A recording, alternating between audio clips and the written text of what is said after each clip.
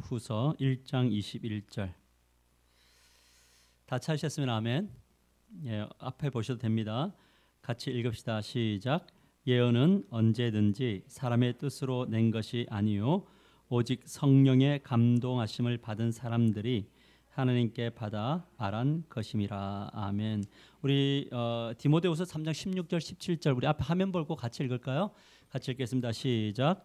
모든 성경은 하나님의 감동으로 된 것으로 교훈과 책망과 바르게 함과 의료 교육하기에 유익하니 이는 하나님의 사람으로 온전하게 하며 모든 선한 일을 행할 능력을 갖추게 하려 함이라. 아멘.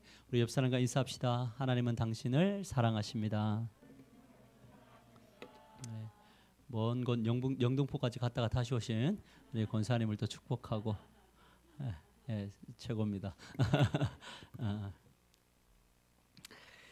제가 22살 때부터 그 신학교를 입학을 했으니까 그때부터 이 66권 성경하고 참 가까이 한 사람 중에 한 사람이거든요. 연구도 하고 그랬는데 참 신기한 것은 이 책을 지금까지도 읽다 보면 이런 내용이 있었나? 여러분 그럴 때 있으세요? 이런 내용이 있었나라고 하는 그런 생각을 갖게 되고 똑같은 본문을 설교를 여러 번 해도 그때마다 하나님이 주시는 그 감동의 포인트가 다르고 놓쳤던 부분을 떠오르게 하시더라고요. 하물며 하나님이 여러분을 얼마나 사랑하시냐면 성경을 이렇게 우리가 교독할 때에도 내가 설교하다가 놓쳤던 부분을 그 순간 떠오르게 하셔서 나중에는 그 본문에 설교할 때 그걸 그대로 다시 또 적용하게 하시는 그 어떤 하나님의 어떤 그 섭리들을 많이 경험하게 됩니다. 그래서 우리 예전에 선배 목사님들이 두 가지만 강조했어요. 뭐냐면 기도는 강조를 하셨고 또 말씀에 대한 강조를 그렇게 하시더라고요. 그러니까 우리는 그거를 저도 전하면서 왔고 또 여러분들 들으면서 왔는데 진짜 요즘엔 더 느껴지는 것은 뭐냐면 말씀밖에 없구나라는 그런 생각들을 하게 됩니다. 여러분의 인생을 이끌어가는 그 추진력이 말씀이게 되기를 주님의 이름으로 간절히 축복합니다. 그래서 우리가 진짜 이 말씀을 배운다는 것이 얼마나 복된 것인가를 알 수 있는 거죠. 말씀을 잘 못 배운 분들은 말씀을 배우고 싶어서 무료 성서 신학교라는 곳에 가가지고 열심히 무료로 말씀을 배웠는데 마지막에 끝에 예수가 그 신천지에 있는 누구죠? 이만이다 이렇게 이야기를 해서 빠져나올 수 없는 지경까지 가는. 그러니까 이 머릿속에 있는 이 뇌에 이렇게 자리 잡고 있던 얄팍한 지식을 이 진리가 아닌 것으로 위장해서 들어가서 진짜 진리라도 조금이라도 다 빼버리고 그 안에 가짜 진리를 넣으면 도무지 여기서 헤어나올 수 없는 그런 상태에 머무는 그런 분들이 되게 많이 있다라는 거예요. 어제도 이제 대구에 우리 조카 결혼식을 가서 이렇게 아내하고 차를 타고 오는데 언덕 위에 정말 예쁜 예배당, 적벽돌로 지어진 오래된 예배당 하나가 있는 거예요. 그래서 참 큰 대로변의 마을 언덕 위에 있어서 너무 좋다. 그러고 보니까 이상하게 종탑이 없어요. 또 십자가가 없는 거예요. 그래서 이렇게 보니까 하나님의 교회가 이렇게 그 오래되고 전통 있는 교회를 인수해가지고 십자가 다 날리고, 왜냐하면 이 하나님의 교회는 예수 그리스도의 십자가가 온전한 십자가라고 믿지 않기 때문에 그 십자가를 제거해 버립니다. 그래서 그곳이 이단의 어떤 또 하나의 또 전초 기지가 되어 있는 이런 일들을 참 많이 보는 거죠. 우리는 가끔 그런 걸 보면서 이런 생각을 합니다. 어떻게 이단들은 저렇게 건물들을 잘 살까?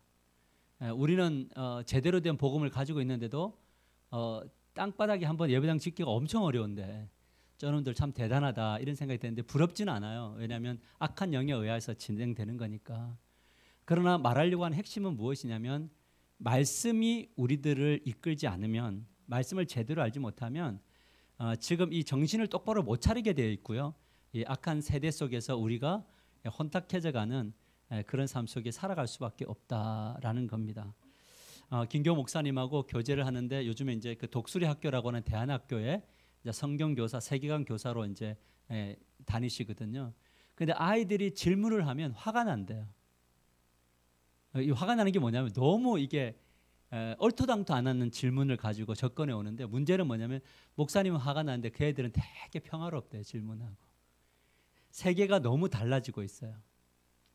너무 감각적인 세대 속에 있는데 진짜 말씀을 가르치는 그런 교회 공동체가 점점 사라져가고 있다는 것이 참 이 시대에 우리가 깨어 있어야 될 부분이 아닌가 생각을 듭니다.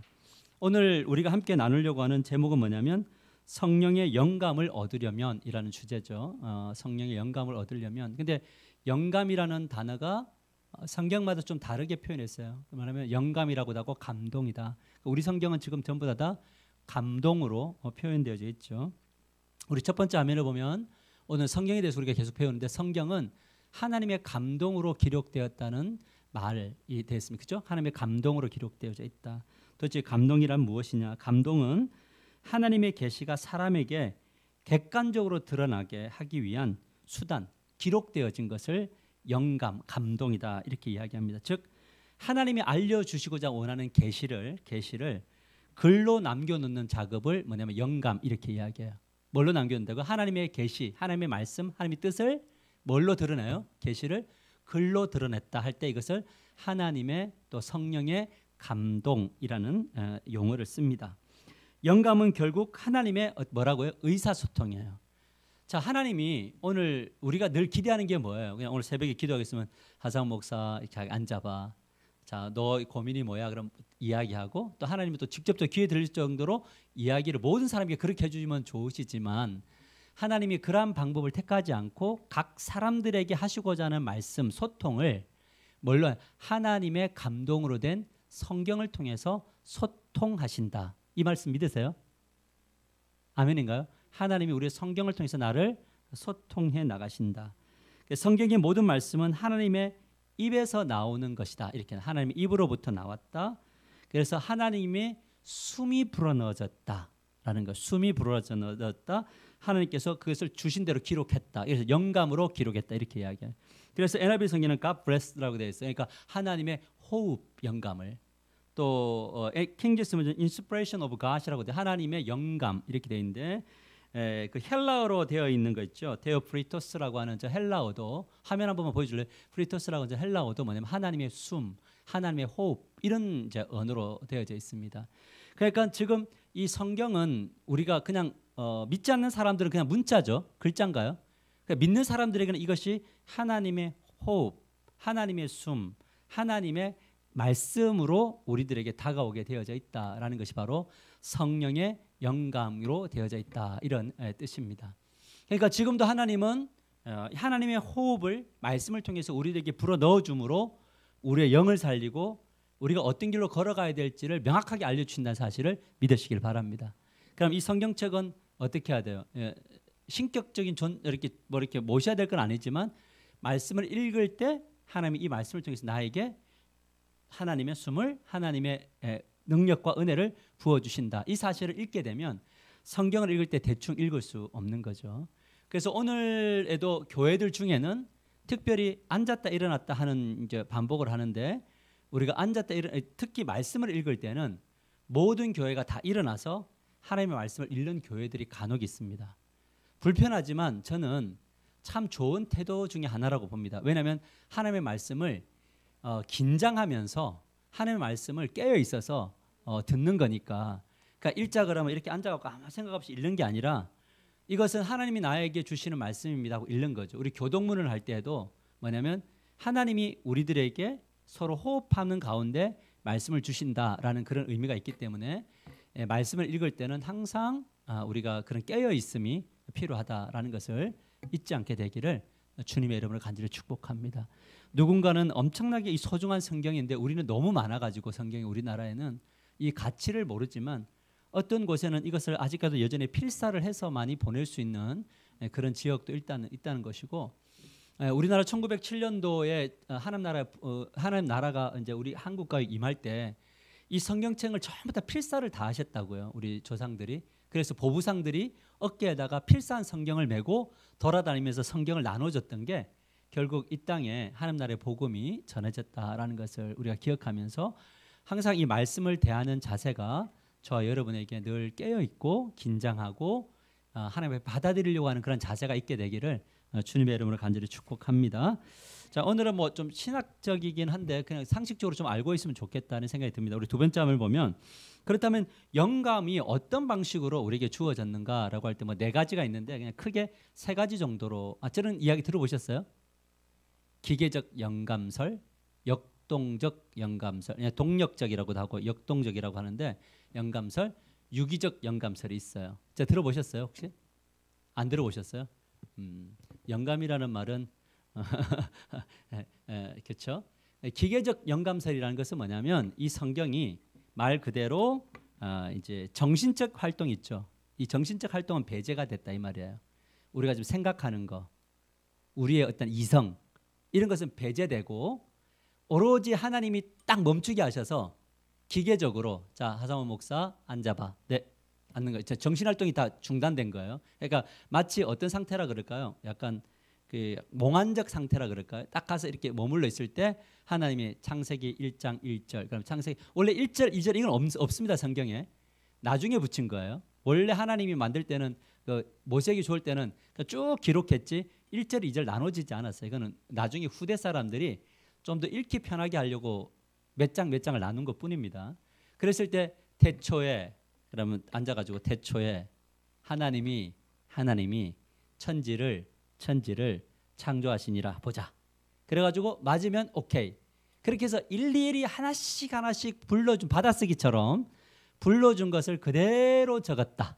인간의 어떤 정신적 활동이나 이성이나 환경, 학문 이런 것들은 배제시켰다. 이게 바로 뭐냐면 기계적 영감설이에요. 마음에 드세요? 자, 한번 보세요. 어느 게 더 여러분의 마음에 드는지. 두 번째는 역동적 영감설이라고 하죠. 이것은 뭐냐면 하나님께서 감동을 주셨어요. 심적으로도 뜨거움을 주셨고 은혜를 베풀어 주셨는데 그 은혜를 받아서 성경을 기록해야지까지는 이제 성령의 감동. 그 다음부터는 뭐냐면 자 이제 자료를 싹 다 모으는 거예요. 여러 자료를 모아가지고 사람들의 이야기를 다 모아서 앉아서 서로가 이 글을 스스로가 뭐 하는 거죠? 편집하고 기록하면서 만든 거예요. 이게 바로 뭐냐면 역동적 영감. 하나님의 은혜가 임했는데 그 은혜를 받은 것은 동기부여는 되었는데 그것을 성경으로 편집하는 과정에 있어서는 철저하게 인간의 어떤 그 계획적 의도, 작가의 의도를 가지고 기록했다. 이것이 바로 뭐냐면 역동적 영감설이에요.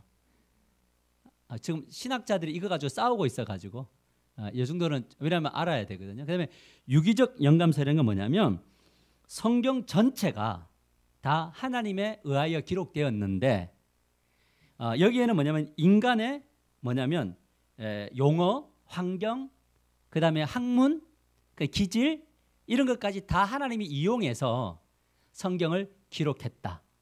그래서 하나님이 감동을 주셔서 성경을 딱 기억나게 하시고 기록했지만 그 어떤 문체라든지 이런 거 그래 바울의 문체와 베드로의 문체가 다르죠. 만약에 기계적 영감설이면 어떻게 해야 돼? 문체가 다 똑같아야 되나요? 근데 각자가 다 문체가 다 다르단 말이야. 그럼에도 불구하고 하나님은 하나도 오류 없이 그 사람이 선택하는 단어를 할 때도 하나님이 함께 해주시고 간섭하셔서 아무런 오류 없이 기록되었다. 성경은 무효하다. 이게 바로 뭐냐면 유기적 영감설이에요. 그러면 어떤 게 답일까요? 우리 개혁주의는 그러니까 빨간색으로 해놨겠죠. 그래서 이게 찍기를 잘하는 분들은 항상 문제를 보면 답을 알 수가 있어요. 유기적 영감설 이렇게 이야기. 그래서 베드로는 되게 거침없고 로마서는 굉장히 논리 정연하죠. 근데 야고보는 성격 자체가 직선적이기 때문에 믿음이 있어? 믿음 한번 내놔봐봐. 행함이 없는 믿음은 죽은 믿음이야. 근데 바울은 그거를 아주 논리 정연하게 이야기한다면 이 야고보 같은 기질은 뭐냐 직선적이고 베드로도 이제 그런 것들이 일어나는 것을 보게 됩니다. 그래서 유기적 영감이다 이렇게 우리는 보게 됩니다. 이 정도는 그냥 상식적으로 좀 알면 좋겠어요.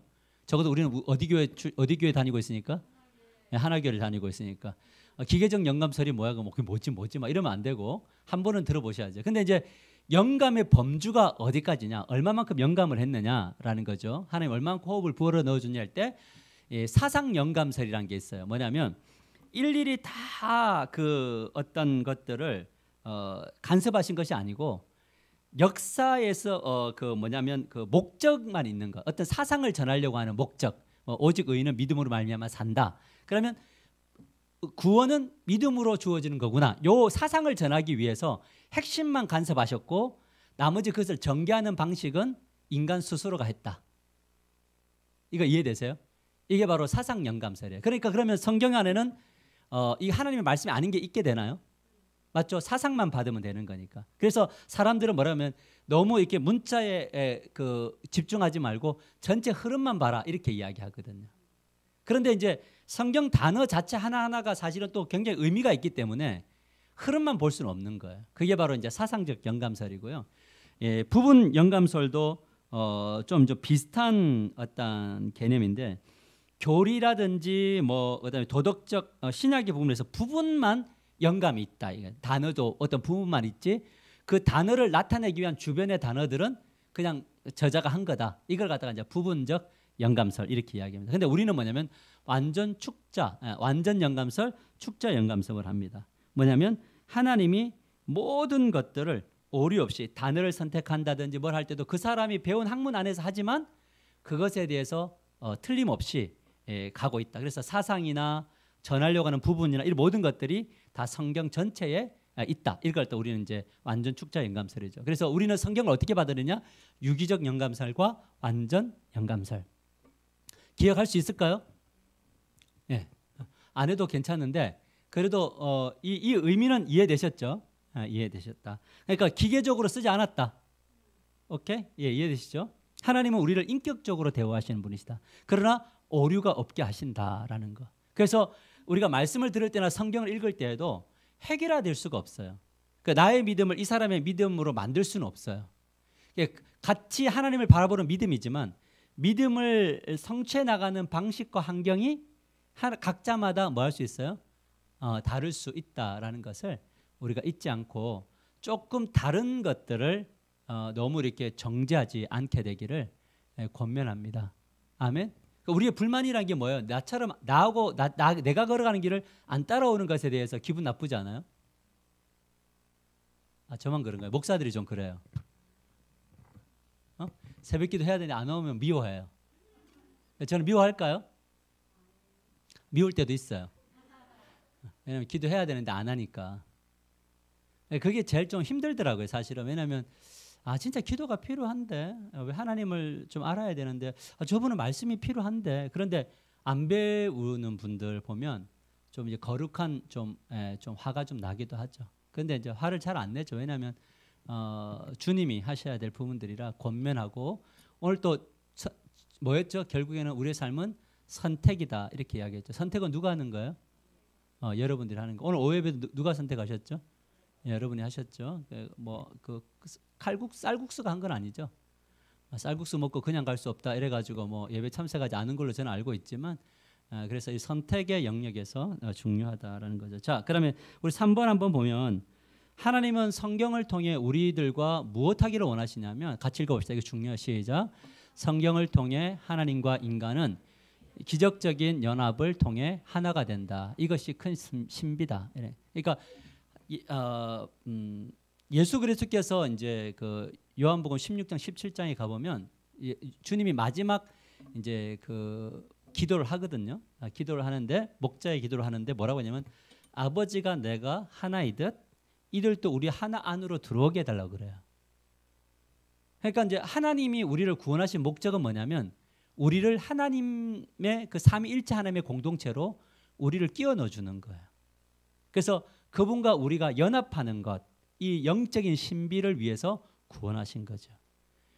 그러니까 오늘 여호수아가 110세가 되어서도 하나님의 그 연합 공동체 안으로 들어가 있었나요? 여호수아는?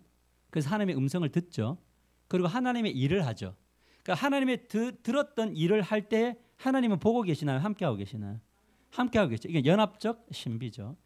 그러니까 너희들이 전쟁을 할 때 너희들만 하게 하시나요? 뒤에서 바라보고 능력만 주시나요? 아니면 그 전쟁에 함께 하시나요? 예, 전쟁에도 함께 하시고 승리에도 함께 하시고 우리 슬픔 가운데도 함께 하시나요?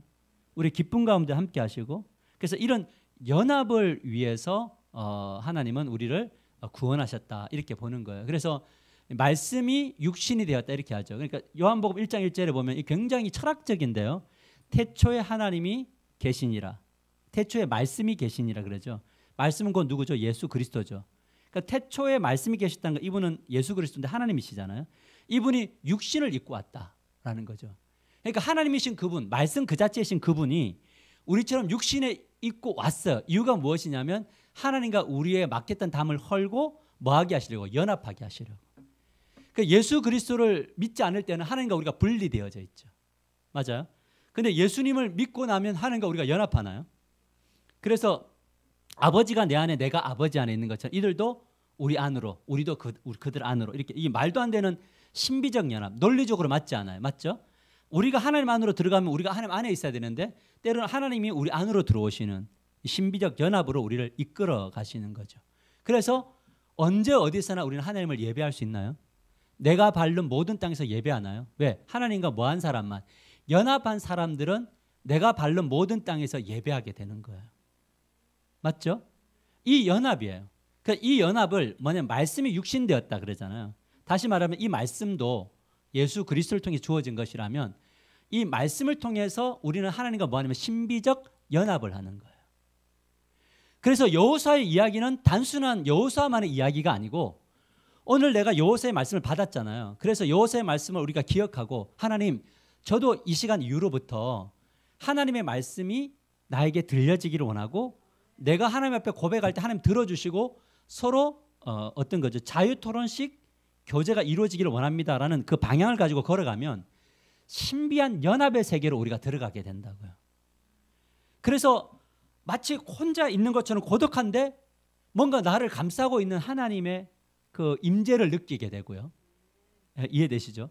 내가 또 하나님의 임재 안으로 내가 들어가는 것들을 보게 되는 거예요. 그래서 예배 속에서 찬양을 이렇게 드리다가 그 자리까지 가기가 되게 어렵긴 하지만 찬양을 드리다가 뭔가 내가 다가오는 그 압도됨에 압도당해서 나도 모르게 손이 올라가게 되고 나도 모르게 눈물도 흘리게 되고 나도 모르게 정말 하나님의 하나님 되심을 높여다가 그런 막 한 5분 정도 지난 것 같은데 막 1시간 지나 있고 그죠?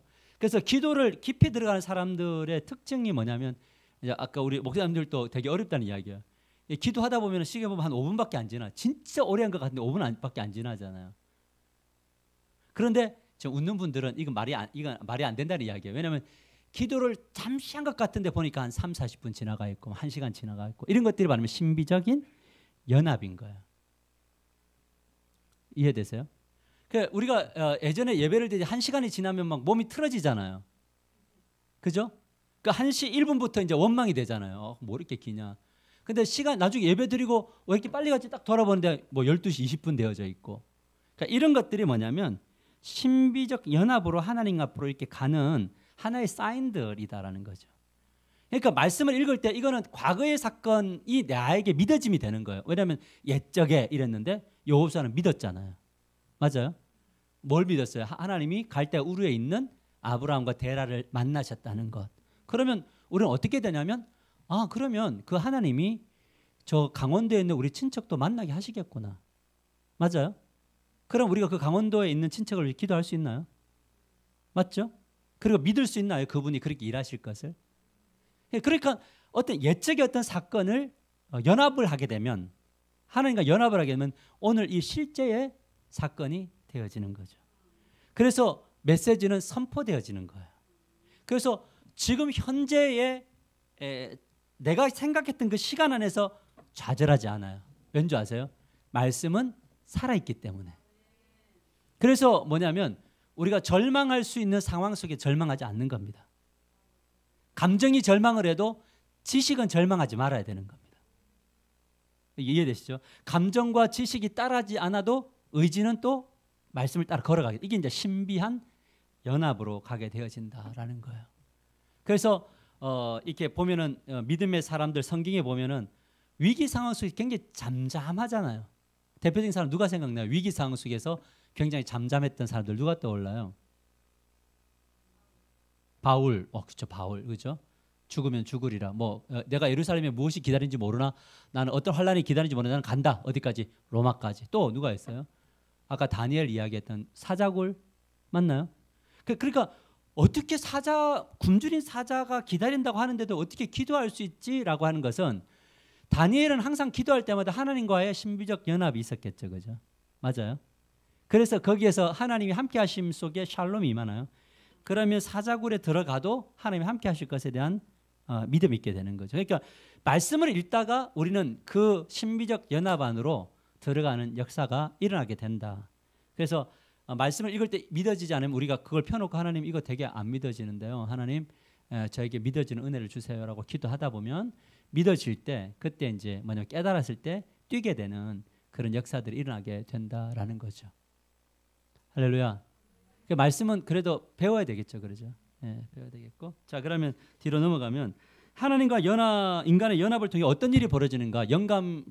모든 성경이죠. 66권은 하나님의 감동으로 된 것이래요. 그죠? 아까 하나님의 호흡, 하나님의 의하여, 하나님의 이끌림으로 된 것으로 뭐 하죠? 하나님 말씀을 읽을 때 우리를 교훈이라는 건 진리를 가르치는 거예요. 그러니까 성경은 읽을 때 감동만 주는 것은 아니고요. 성경은 뭐냐면 가르치는 역할을 해요. 그래서 우리를 구원하시는 은혜, 하나님의 은혜가 나타났다 했죠, 그죠? 그러면 뭐 한다 그랬죠? 은혜가 나타나 뭘 한다고요? 디도서 2장 11절. 모든 사람을 구원하는 하나님의 은혜가 나타나 뭐 하시되? 할렐루야. 이렇게 완벽하게 까먹은 여러분들을 축복하고 자꾸 재탕합니다. 그러면 뭐냐면 양육하시되, 기억나요? 그래서 하나님의 은혜가 양육했다 했잖아요. 이 말이에요, 이 말. 하나님의 은혜는 바로 뭐냐면 성부, 성자, 성령이라 그랬죠. 은혜가 나타나 우리를 양육해요. 그러니까 말씀은 때로는 우리를 진리를 가르치는 측면들이 있단 말이에요, 성경이. 그래서 성경이 아니면 진리를 알 수가 있다 없다. 예, 진리. 그러니까 진리란 뭐라 그랬죠? 현세에도 문제점을 해결해야 되고 내세도 문제를 해결해야 진리라 그랬죠. 맞아요? 이 땅에서 본질적 외로움, 고독, 허무함 해결할 수 있나요? 주님이? 그죠? 맞아요. 내세의 두려움도 해결할 수 있나요? 미래에 대한 두려움도. 그래야죠 복음인 거잖아요. 이 진리잖아요. 이 진리는 오직 하나밖에 없죠. 진리는 다양할 수 없는 겁니다. 그 진리를 바로 뭐냐면 성경이 우리에게 가르치는 거예요. 교훈. 그래서 성경에서 내가 곧 길이요 진리요 할 때 예수 그리스도가 진리라면 창세기부터 요한계시까지 예수님 이야기하는 건가요? 맞죠? 예수님만이 우리의 살 길임을 구약도 신약도 같이 이야기하나요? 이것을 만나는 거죠. 진리를 통해서. 그래서 단순히 가죽옷이 그냥 짐승의 옷이 아니라 예수 그리스도를 예표했음을, 그다음에 제사제도 모든 것들이 예수 그리스도를 예표했음을, 유월절 어린 양이 예수 그리스도이심을, 맞아요? 그 실제가 나타나심을, 그리고 오늘 그분이 우리 안에 계심을, 이걸 성경이 뭐냐면 가르쳐 주는 거죠. 그러면 쉽게 이야기하면 하나님의 호흡, 하나님의 이끄심이, 하나님과 우리의 연합이 말씀을 배제하고 교훈받지 않고 가능한가요? 자, 그러면 우리 교회 안에 또 우리 여러분이 알고 있는 지체들 안에 교훈받지 않는 분들 있다면 우리는 어떻게 해야 돼? 안타까워해야 되나요? 그분에게 어디 교회 다니냐 물어보는 게 아니라 말씀을 어느 교회 다니면서 뭐 어쩌라고요. 교회를 다니냐 안 다니냐가 중요한 게 아니에요. 이러면 안 되죠. 교회를 다니냐 중요해요. 근데 더 중요한 것은 이래야 되구나. 더 중요한 것은 뭐냐면 교훈이 있는 데냐는 거예요. 하나님 말씀의 가르침이 있느냐라는 거예요. 그러니까 저는 우리 이제 부교육자들 후배들에게 항상 이야기하는 뭐냐면 진짜 이 말씀이 살아있다는 것을 믿냐? 이거밖에 답이 없다는 것을 진짜 믿냐를 물어보는 거예요. 예, 가르치고 그다음에 뭐죠? 책망하나요? 말씀 듣다가 책망 받나요? 설교 듣다가 책망 들어요? 그죠? 당황스러울 때 있어요? 말씀 읽다가 아니 헉할 때가 이런 것까지 건드리신다는 거예요. 이런 거 있잖아요. 아니 이렇게까지 디테일하게 들어오시면 제가 어디를 살 수가 있겠어? 옴짝달싹 못하겠네요? 라고 하는 불만이 들 정도로 하나님은 아주 디테일하게 들어오시는 거예요. 이게 책망이 은혜인가요? 그래서 고개 숙이고 대답 안 하기로 결단한 고개를 드시오.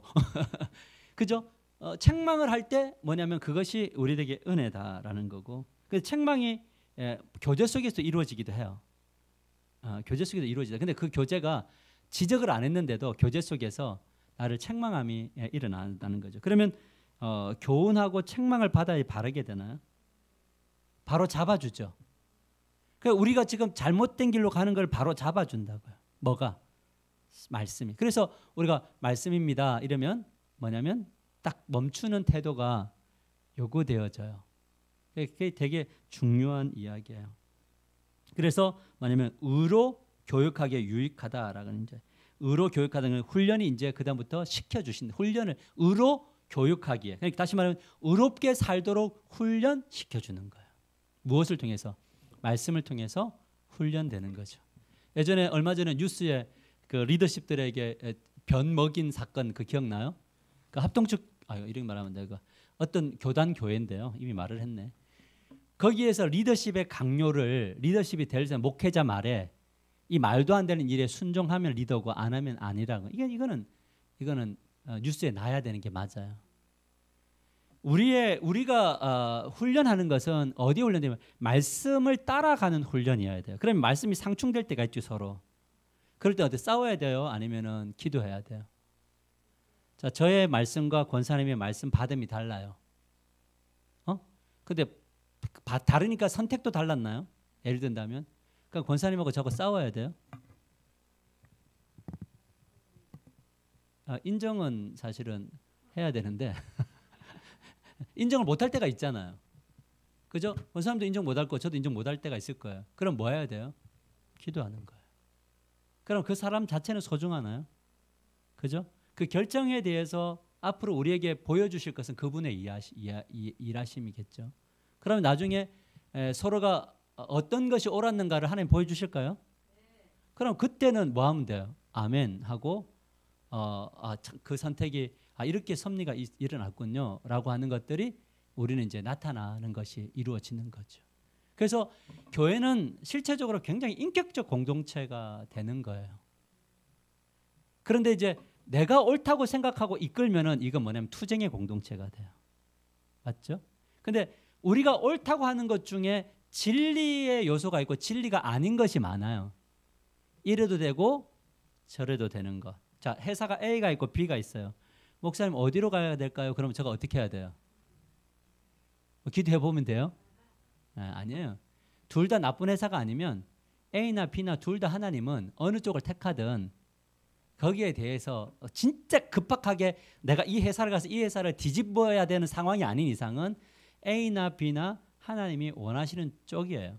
그곳에서 뭐냐면 열어주시는 곳으로 가서 기도하고 또 하다 보면 하나님이 그 회사에서 일을 하게 하시든 아니면 그 다음 스텝을 밟게 하시든 이런 일들이 일어나게 되는 거죠. 다만 이동을 해야 될 때에 그것이 원칙이 뭐냐면요. 연봉을 얼마나 많이 주느냐로 따라가는 게 아니에요. 이거는 이제 틀린 방향이에요. 우리 자녀가 회사를 이동할 때 어느 회사가 좋은 회사예요? 어느 게 하나님 뜻이에요? 3천만 원 받던 친구가 이렇게 어디 쪽으로 가야지 하나님 뜻이에요? 우리의 개념은 더 많이 받는 쪽으로 가는 게 하나님 뜻이고 감사한금 내는 거 아니에요? 맞아요? 근데 우리는 그 기도 속에 그런 기도 해보셨어요? 우리 자녀들이 회사에서 하나님의 사람이 되게 해주십시오. 자, 그러면 A라는 회사를 취직을 했는데 그 회사에서 영혼 구원을 한 적이 한 번도 없어. 근데 B라는 회사로 움직였어. 근데 거기에 훨씬 연봉이 많아요. 그럼 이거 하나님 축복인가요? 하나님이 진짜 원하시는 길을 가고 있는 건가요? 그런가요? 네, 그럴 수도 있고 아닐 수도 있겠죠. 네, 그러니까 그러겠죠. 이러면은 이제 우리 기도를 한번 해봐야겠죠. 저도 기도를 한번 해봐야겠는데, 왜냐하면 하나님이 회사를 보냈을 때는 하나님 나라를 구현하고 확장하라고 보내신 거죠. 맞아요? 그러니까 그곳에서 그리스도다움을 나타냈느냐는 자기 자신이 제일 잘 알겠죠. 그죠? 그러니까 그 다음 회사를 옮길 때 하나님 제가 여기서 못했는데 그 다음 회사 가서 이런 기도를 할까요? 이런 친구들이 안 하죠. 그죠? 왜냐하면 회사를 선택할 때도 그 목적이 아니었고 돈이 목적이었기 때문에 그 다음 회사 옮길 때도 돈의 목적으로 가겠죠. 맞아요? 그죠? 그러니까 A냐 B냐가 아니라 A를 가든 B를 가든 그러니까 하나님이 일하시는 일이 있냐. 그러면 그것을 따라서 구현했는데 하나님이 옮기셨으면 그것에서 하나님의 일을 하면 하나님이 그다음 문제들을 책임지시는 경험을 할 때 그때 비로소 그게 뭐냐면 축복이라는 것이 되겠죠.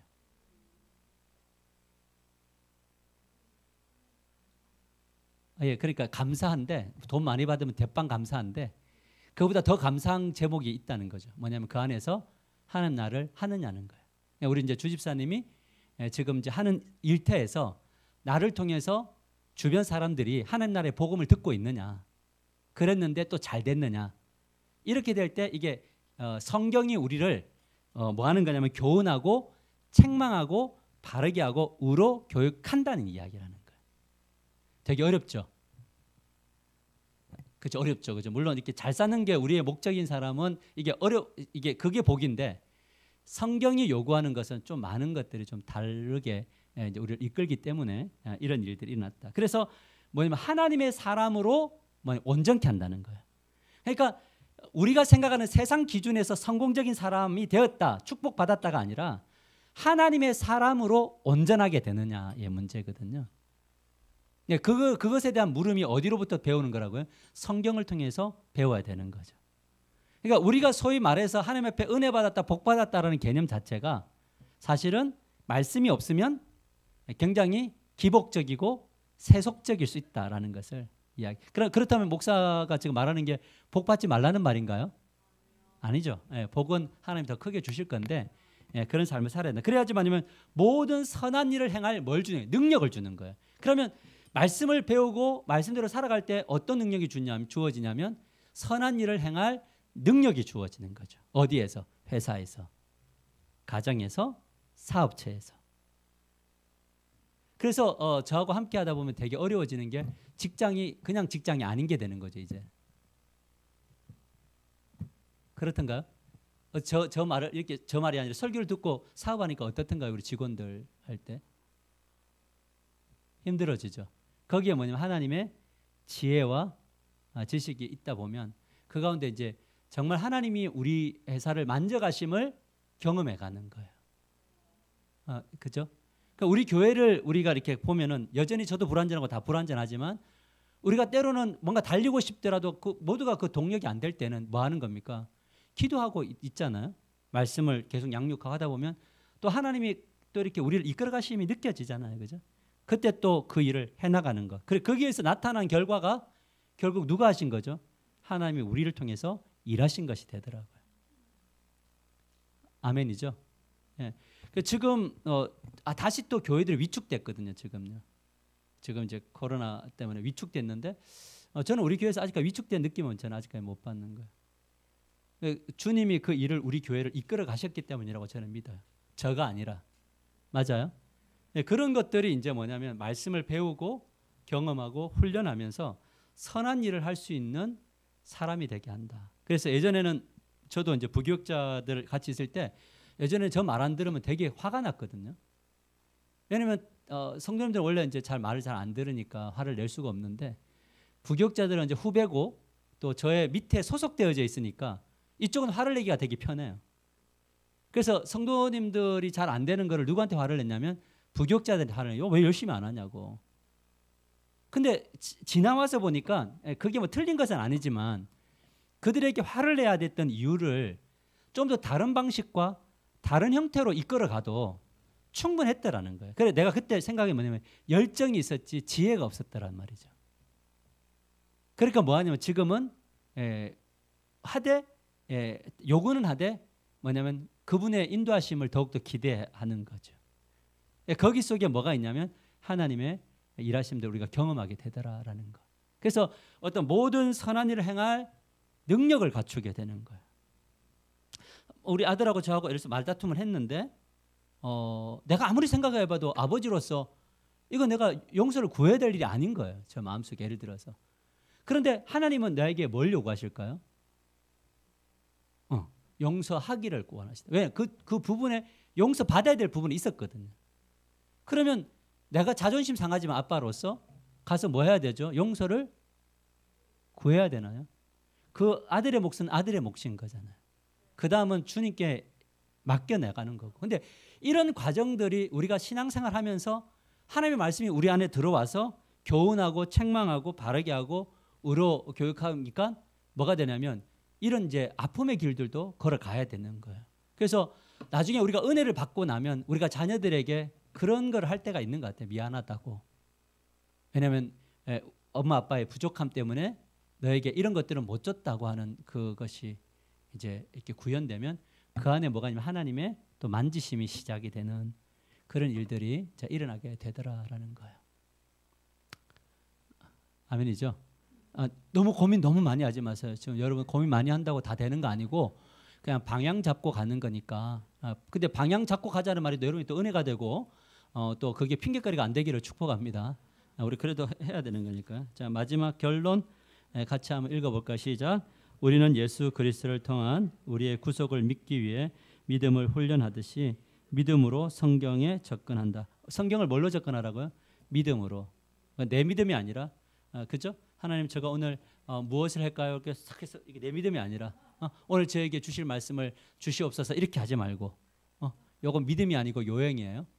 그래서 제가 12월 31일 날 그 말씀 뽑기를 안 하는 이유가 거기에 있어요.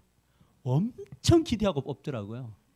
그래가지고 성경 구절 안 나오면 목사님 이거 시험 들었다고 바꿔달라고 막 그러고. 이런 게 어디 있어요? 그런 거 안 해요. 절대 그런 거 안 합니다. 그래서 항상 말씀을 요행으로 반응, 믿음으로 접근하는데 믿음이란 건 믿어짐이에요. 믿음의 대상이신 그분을 알려고 접근해야 돼요.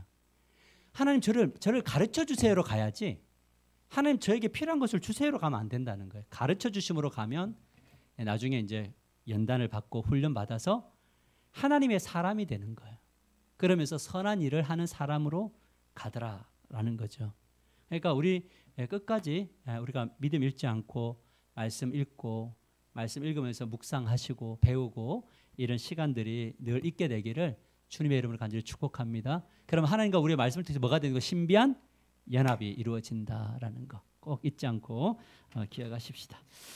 자, 우리 찬양 한번 하고요. 오늘은 좀 뜨겁게 한 번만 기도할게요. 오늘은 이건 2주간 너무 세게 기도해가지고 자, 아무도 예배하지 않는 그곳에서 나는 예배하리라 찬양하십시다. 가슴에 손을 얹고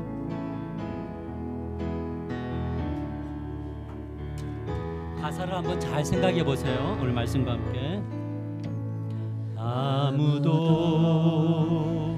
예배하지 않는 그곳에서 주를 예배하리라. 아무도 찬양하지 않는 신비적인 연합만 있는 사람 그곳에서 나 주를 찬양하리라. 누구도 헌신하지 않는